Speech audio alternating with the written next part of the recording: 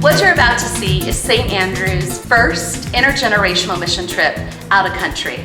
You're gonna see so many things in this video.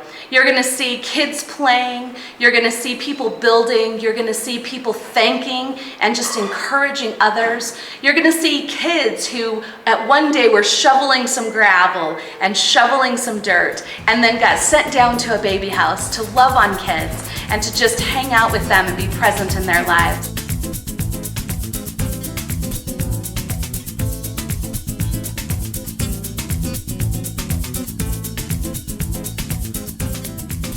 I'm waiting for some of the ladies that might want a haircut, and then I will switch to that job. But in the meantime, we're going to go around to the dorm rooms and clean all the windows and make it fresh for everybody. It's meeting people and just learning new ways to share and be present.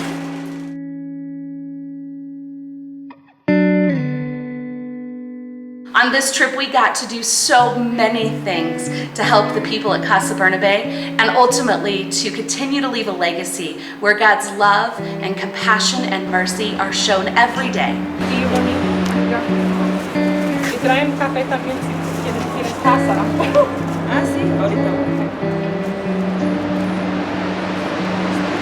We had the ability to go up and purchase things at the little market up there and enjoy them, and we really talked about that's a luxury that we get anytime.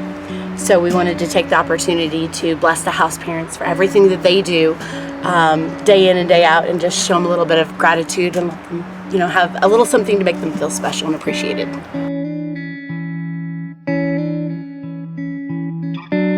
Well, as a dentist here, they have the same dental issues as up in Missouri.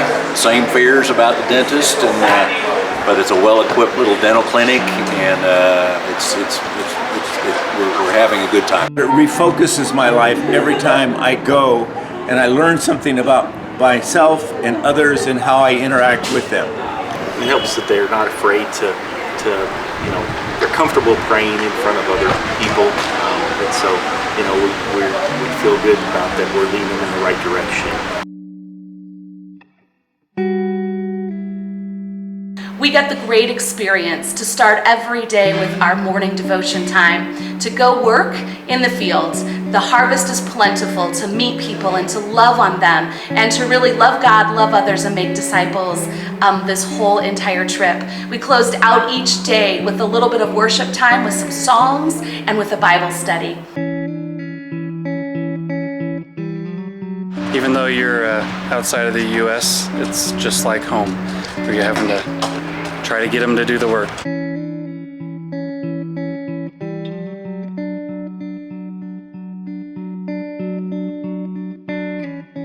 I had no idea what was coming. I just have to go with the flow, is what they tell us, and that's what we do. So boys, you found yourself on day 2 in the baby house, kind of the toddler house. How was that for you? What did you think about that when you first went in there? Different than I expected. We had to wait for them to finish eating, which was difficult because some of them did not want to eat because they were tired and crabby. Then we'd let them play and put lotion on them, fix the girls' hair. They had learning time. Then they had like a little snack. Then they played more, and when they had lunch, when we got them ready in their pajamas to go to have a nap, we came back up and then we had lunch.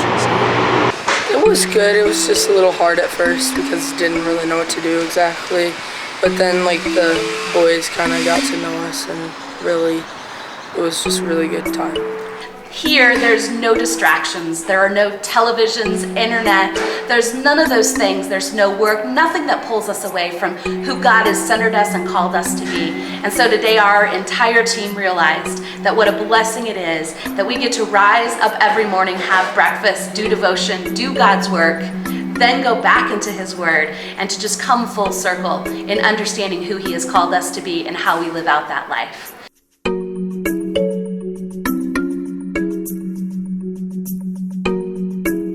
There's been two gentlemen that have been digging out the foundations and pouring the foundations, Luis and Rolex or Rolo.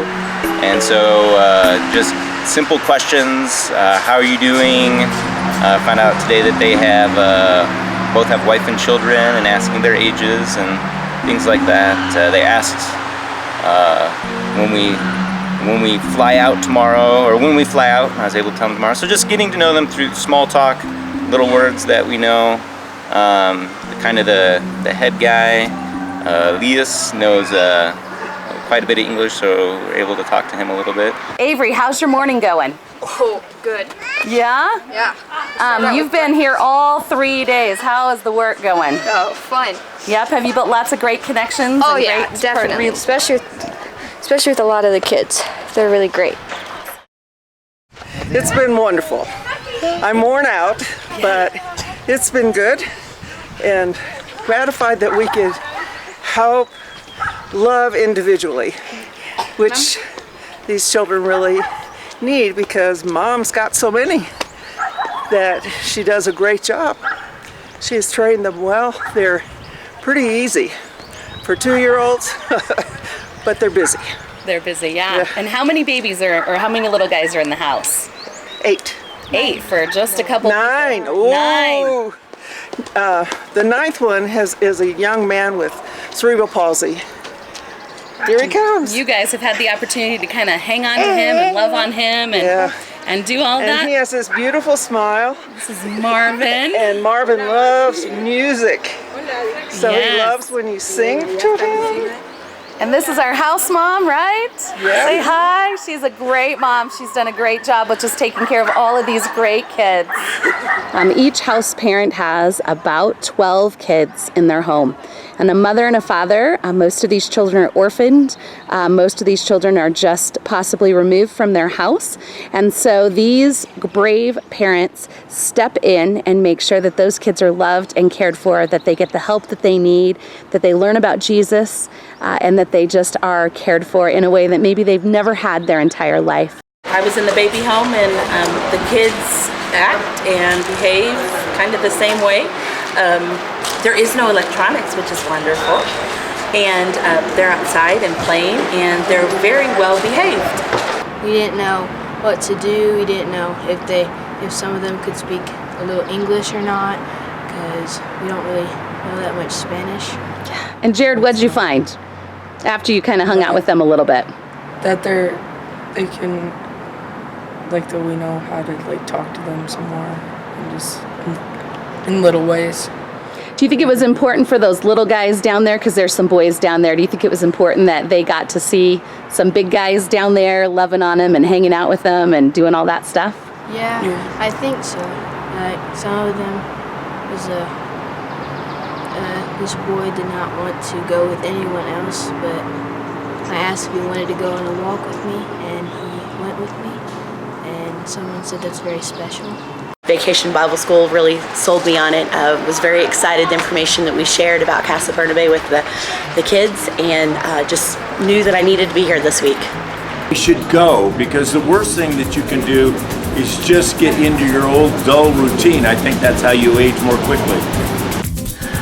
Never say you will never do it, because I was once one of those, and I'm here now. And just be open to anything and pray about it and follow God's direction. We hope that you enjoyed this video, and we hope that you someday will consider to join us on a mission trip, either in the United States or internationally.